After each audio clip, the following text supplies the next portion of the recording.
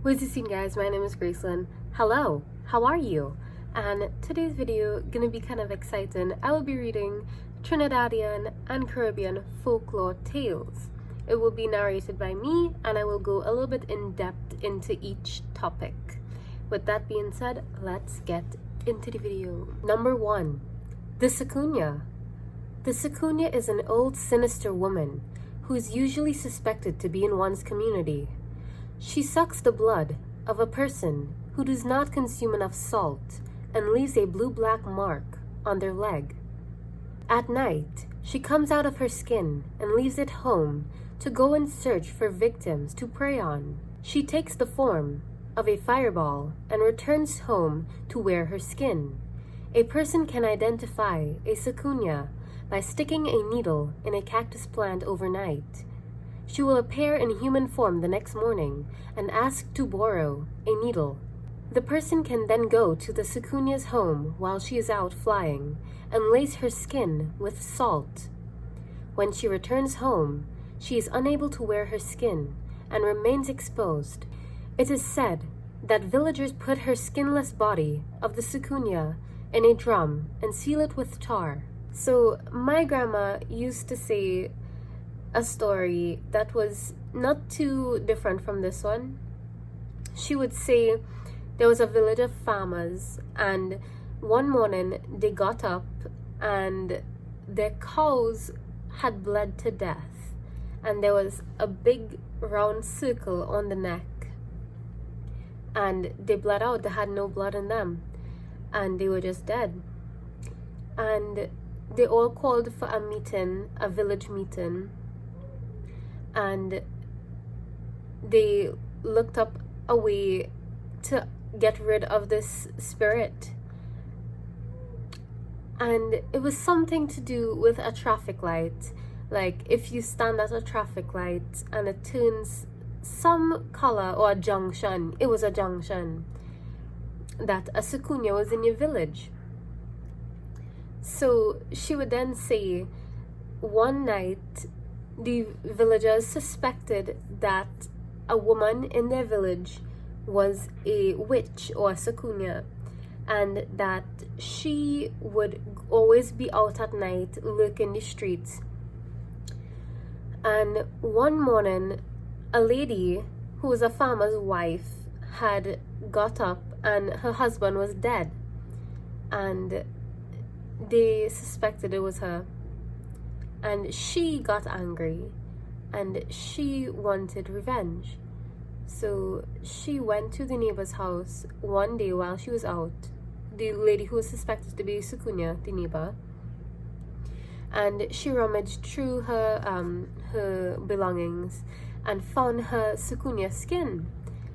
And she called upon all the villagers, all the farmers, and they put salt in her skin.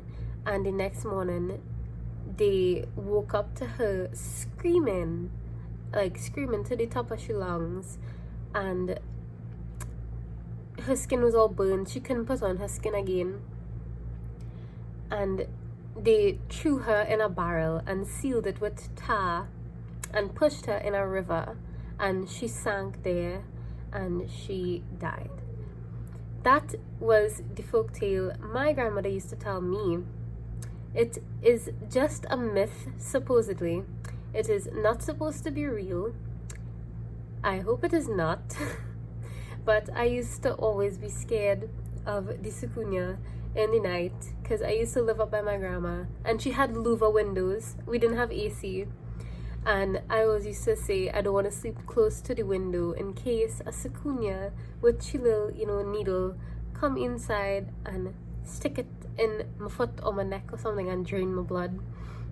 I always used to be scared of that. So my grandmother used to love to scare me with old stories like this. A side story would be the story of the fisherman. The fisherman was this man who supposedly used to come in the back of my grandmother's house and steal water from the tank to feed his children. So whenever water was falling in the tank, when water come and the tank overflow, it is just drip down, right?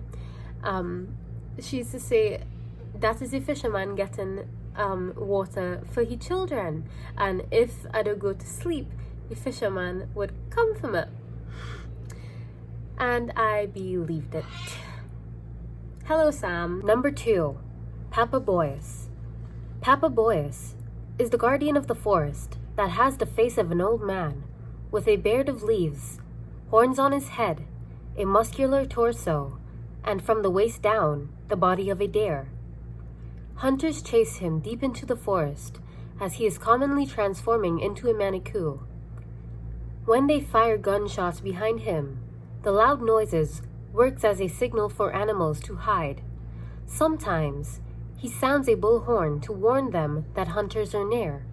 Also, he transforms into a man with cloven hooves that distract the hunters with conversation.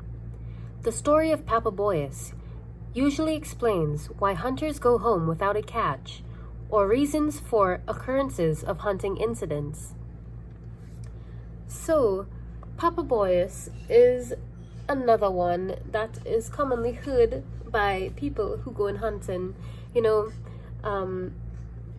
it kind of related to Mama Dillo, and I find this one really interesting because people say that Papa Boyas protects forests, and Mama Dillo also protects forests, and they say that Mama Dillo is the lover of Papa Boyas. So we're gonna get into that one now. Number 3, Mama Dillo. The name Mama Dillo or Mama Dillo is derived from a French name, Maman Dillo, which means mother of water. A hideous creature, her lower half takes the form of an anaconda. She is sometimes thought to be the lover of Papa Boyas. And old hunters tell stories of coming upon them in the high woods. They also tell of hearing a loud cracking noise, which is said to be the sound made by her tail as she snaps it on the surface of mountain pools or still lagoons. Mortal men who commit crimes against the forest, like burning down trees or indiscriminately putting animals to death or fouling the rivers, could find themselves married to her for life, both in this one and ones to follow. Sometimes she takes the form of a beautiful woman singing silent songs on silent afternoons, sitting at the water's edge in the sunlight, lingering for the golden moment. A flash of green, gone, nothing but a big mort bleu, rising the sunbeams. Mort bleu means dead blue. If you were to meet Mama Dillo in the forest and wish to escape her, take off your left shoe and turn it upside down, and immediately leave the scene, walking backwards till you reach home. So this folklore is very interesting because of some rumors. They say when you're coming home late at night and you're coming in your house, you're supposed to walk backwards so no demons follow you into your house.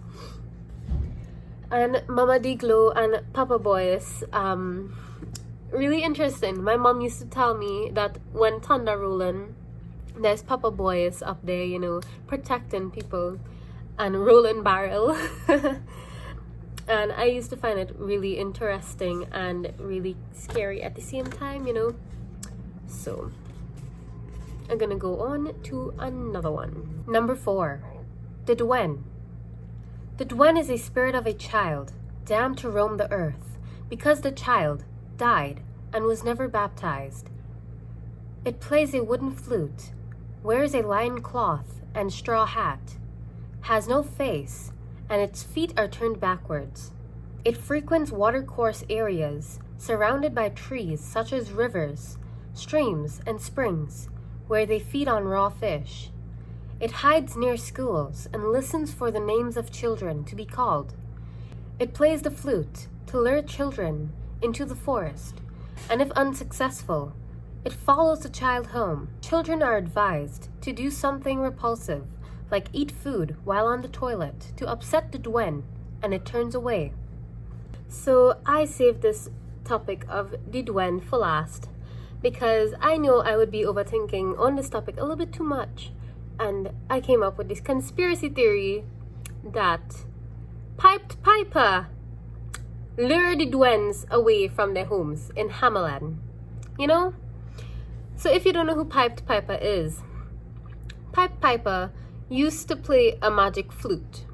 And there was once a town invaded by rats, the town of Hamelin. And Piped Piper played his magic flute and got rid of all the rats in town. But he was not paid for his service.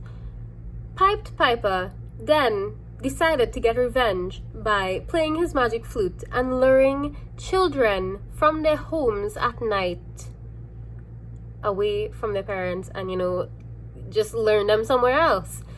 What if Piped Piper took their souls and sent the children soulless back home to their house, And the souls of the children, he taught with his magic how to play the flute, how to play a magic flute. And ever since then, the children would go to schools and play the flute and lure children into the forests and, just never bring them back. And take the souls and send the body back, just send the body, not the soul. But it is just a conspiracy theory. It is not true. And I'm not going to go any further into this before, the Dwen come from me or something happened to me. I don't know. But it is an interesting topic. If you enjoyed this video, please comment down below what other folklore tale I should review next video or what story I should review. And, please hit that like and subscribe button, turn on post notifications, and I will see you next time. Good night.